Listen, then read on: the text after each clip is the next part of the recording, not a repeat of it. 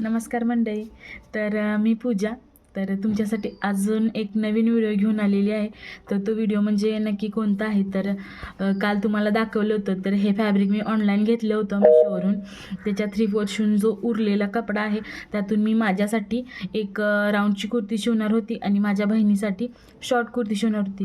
त्यातलीच मी आज माझ्यासाठी एक कुर्ती शिवणार आहे राऊंडची. तोच व्हिडिओ तुमच्यासोबत शेअर करावा त्यासाठी हा व्हिडिओ. सगळ्यात पहिल्यांदा मी या कुर्तीची कटिंग करून घेते.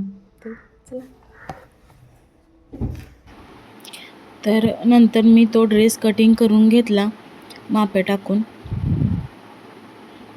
वरचा पार्ट सेपरेट, स्लीव्ज आणि जो खालचा घेर होता तो सेपरेट कट करून घेतला.